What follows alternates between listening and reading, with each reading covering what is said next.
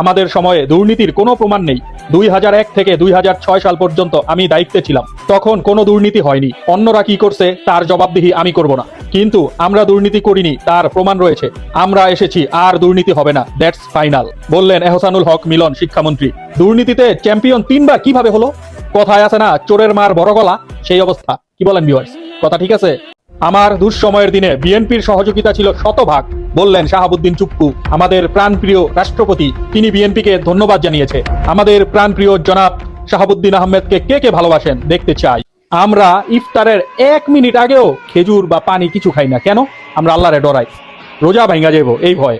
কিন্তু যখন আমরা মানুষের হক মাইরা খাই, তখন আল্লাহরে ভয় পাই না কেন? ইবাদত শুধু সেজদায় সীমাবদ্ধ নয়, অন্যায়ের হাত থামিয়ে দেওয়াও এক ধরনের নীরব ইবাদত। যে চোখ পাপ থেকে নিজেকে ফিরিয়ে আনে, সেও তো আল্লাহর দরবারে সেজদার সমান নত। মানুষ ভাবে ইবাদত কেবল শুধুমাত্র মসজিদের ভেতরে, আসলে তো শুরু হয় অন্তরের ভেতর থেকে। যেখানে অন্যায়কে না বলার সাহস জন্মায়, সেখানে ইমানের আলো জ্বলে ওঠে নিঃশব্দে। ভারতের একটি মসজিদ, মসজিদে নূর, আপনারা দেখতে পাচ্ছেন, ভিতরে তারাবি নামাজ পড়তেছে, আর বাহিরে একটি গরু দাঁড়িয়ে কুরআন তেলাওয়াত শুনছে। মাশাআল্লাহ, বলা হচ্ছে গরুটা প্রতিদিন 8টা বাজে মসজিদের দরজায় এসে দাঁড়িয়ে থাকে, যতক্ষণ না তারাবি শেষ হয়। তারাবি শেষ হলে চলে যায়। গরুর এই কর্মকাণ্ড দেখে মানুষ একটাই আওয়াজ তুলছে, আল্লাহু আকবার।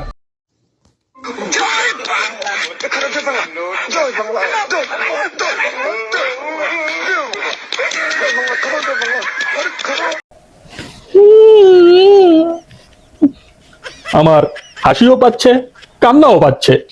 কুত্তা লীগের কুত্তাগুলো কিভাবে মাইর খাইতেছে। বছরে প্রায় $5 বিলিয়ন যায় ভারতে। সাদিক কায়েম বলে, বাংলাদেশ থেকে প্রতি বছর প্রায় $5 বিলিয়ন ভারতে যাচ্ছে। অথচ ন্যায়ের প্রশ্নে আমরা শুধু অপেক্ষা করছি। ওসমান হাদির হত্যাকারী সহ আওয়ামী লুটেরা, খুনি ও ভোট ডাকাতরা ভারতে আশ্রয় পেলে সেটি আর নিছক কূটনীতিক থাকে না। বিচার ও জবাবদিহি নিশ্চিত না হলে চাপ তৈরির বিকল্প পথ ভারতেই হবে। সে কারণেই বাংলাদেশে কর্মরত ভারতীয়দের ফেরত পাঠানোর প্রক্রিয়া শুরু করতে হবে। এটা প্রতিশোধ নয়, এটা রাষ্ট্রের মর্যাদা ও ন্যায্যতার প্রশ্ন। সাদিক কায়েমের এই বক্তব্যকে আপনাদের কাছে কিরকম লাগলো? গঠনমূলক কমেন্টস করে আপনাদের মতামত জানিয়ে যাবেন। ধন্যবাদ। বিএনপির কাউন্টডাউন তাহলে শুরু। মামুনুল হকের বিরুদ্ধে মামলা করবেন ববি হাজ্জাজ।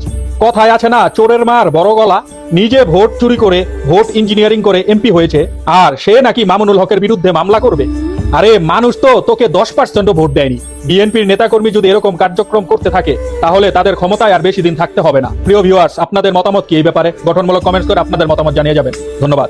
মনে পড়ে সেই দিনের কথা, আওয়ামী লীগ ক্ষমতায় থাকাকালীন তারেক রহমানকে উদ্দেশ্য করে স্বৈরাচার শেখ হাসিনা বলেছিলেন, আরে বেটা, তোর যদি সাহস থাকে বাংলাদেশে ফিরে আয়, আমরা তোকে একটু দেখি। তারেক রহমান তো দেশে ঠিকই আসলো, কিন্তু দুঃখ একটাই, আপা হাসিনা আর দেখতে পেল না, তার আগেই পালিয়ে গেছে। অকুত ভয় জুলাই বিপ্লবীরা তাদের জীবনের বিনিময়ে বাংলাদেশ নামক রাষ্ট্রের দ্বিতীয় স্বাধীনতা দিয়ে গেলেও অকৃতজ্ঞ জাতির এক উল্লেখযোগ্য অংশ আজ তাদের অবদান স্বীকার করতে চাচ্ছে না। এদের কি বলে তিরস্কার করা উচিত তা আমার জানা নাই, বললেন মাহমুদুর রহমান। আমার দেশ পত্রিকার সম্পাদক মাহমুদুর রহমানের বক্তব্যের সাথে কে কে একমত আছেন?